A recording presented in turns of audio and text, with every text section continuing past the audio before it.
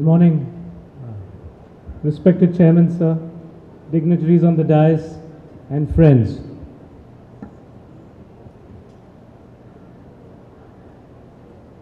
अगर प्यासा पिक्चर आपने देखा होगा तो उसमें एक गाना है कि जिन्हें नाज है हिंद पर वो कहाँ है. And I think, really speaking, by whatever name you call it, we need people जिन्हें हिंदुस्तान पे नाज है. और अगर वो नाज है तो उस नाज का अर्थ क्या है? I think in our country we have a huge inequality of access to food, inequality of access to education, inequality of access to healthcare, inequality of access to housing, and that's very evident in the city itself. And when Guru Dutt in that movie walking down that lane, for all those who have seen that movie, and he says, इस मुल्क के रहबरों को बुलाओ, ये कूचे, ये गलियां, ये मंजर दिखाओ, जिन्हें नाज है हिंद पर उनको लाओ. I think this is what we're trying to do, but I think we should take this outside. And I think if we really feel it, then we should make a difference in trying to address these inequalities. My grandfather founded Godavari Biorefineries in 1939 as Godavari Sugar Mills. That was just before the World War started, the Second World War. He himself had studied only up to the 6th standard, but in 1942, he established a school.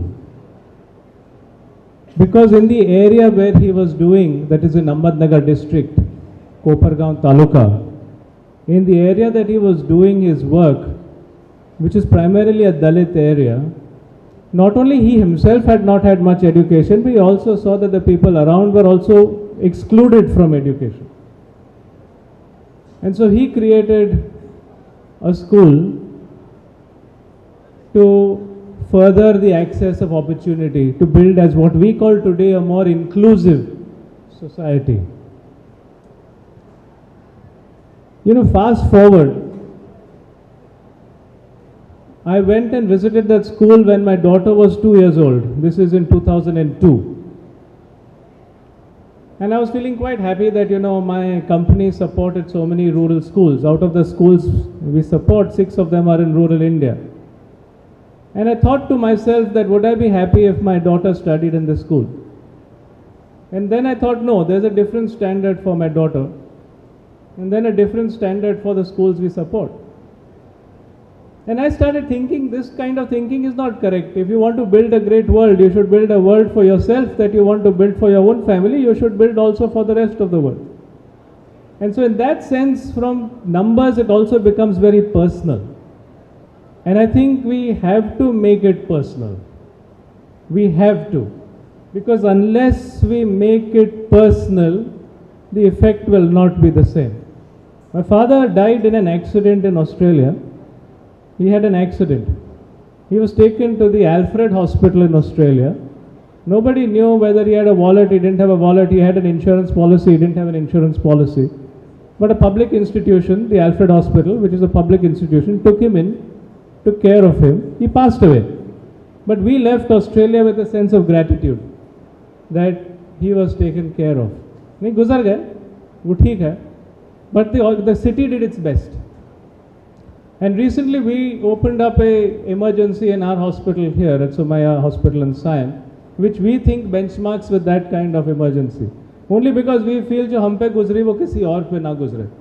And I think that's something that, as I said, unless you make it personal, unless you felt it yourself, I think if my grandfather built a school in 1942, he must have understood what inequality of access to education is.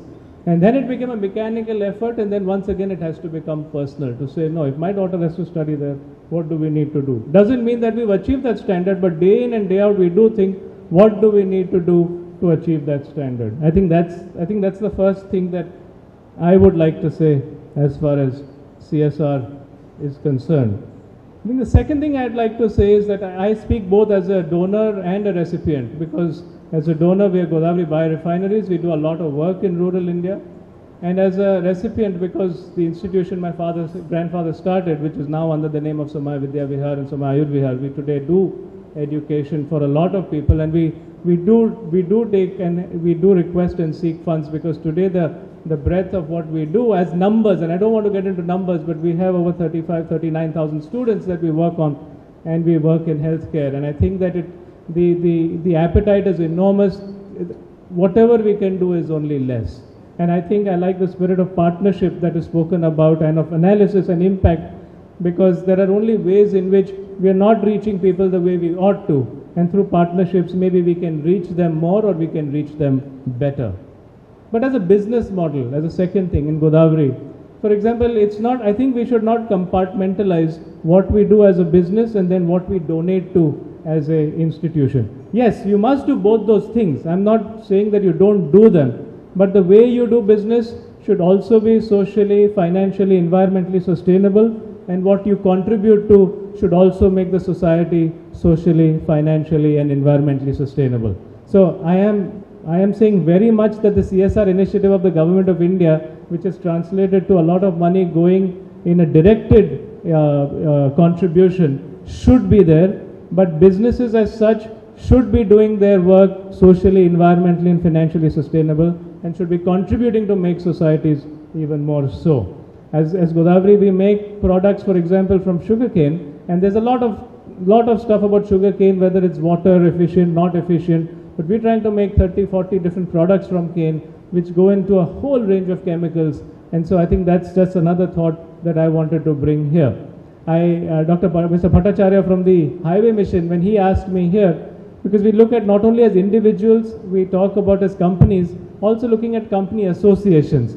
So when he talked to me about the greening mission of the highways, we're trying to tell the Sugar Association of Karnataka, of which I am a member, can we each take a kilometer or a few kilometers of highway stretch, so that what, as you said, we're talking of a PPP model, which is a private-private partnership. How do we work with a private-private with a public partnership? So you have 3 Ps and a fourth. So that you contribute to what is a national goal, which is again environmentally and socially responsible. And I think that's what we are trying to do. You know, the third thing I like to think is that giving, receiving is a 2-way or a 3-way process. You have a company which is giving its CSR funds. You're giving it to an NGO which is saying this is what they want to do. And the NGO gives it to an individual to make their life better. And I think we should often also reverse this process. The individual ought to come first. Through our college, we often send students into the villages. And once, while having dinner with one such student, her name was Shama, and she was here in this rural village, and she was mentoring a girl called Panchashil. Panchashil was studying to be an engineer, and Shama was from Mumbai, from Somaiya Vidya Vihar College, and she was sent there to mentor Panchashil. So at dinner, when I asked Shama, so how did your day go? How did your conversation with Panchashil go? So she says, you know, Panchashil lives in a hut. She's studying to be an engineer. All she needs is a computer, because with that she feels left behind. When I asked her what else she wanted for herself, she said nothing. I'm completely happy. And so then Shama asked me, sir, I don't know at the end of this whether I gave her any mentoring or whether I got mentoring from her. And I think this is also very crucial. How much learning we think that we know because we are sitting in some in some nice room, and we think we have access to, I just think that we have to keep our eyes and mind open, and this conversation has to be 3 ways. And who gives whom, I think we have to really understand, and who learns from whom. And I think that is really something that we ought to take.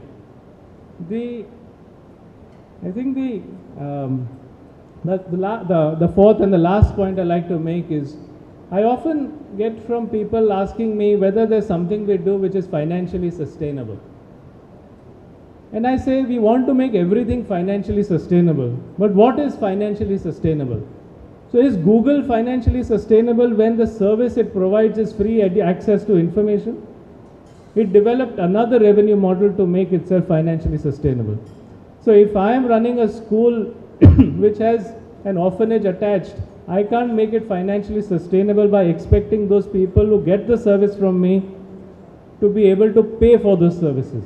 The world is inherently unequal.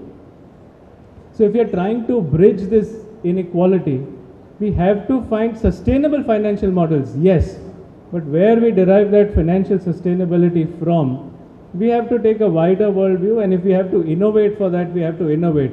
But I think sometimes I see from donors, you make this thing financially sustainable on its own feet, and I think that we need to again have a wider view. Some projects you do are inherently not going to be so, and I think you need to have models to bridge that. Finally, I'll just end with something that my grandfather used to like. It used to be a Sanskrit saying that says, Shatahasta Samahara Sahasrahasta Sankira.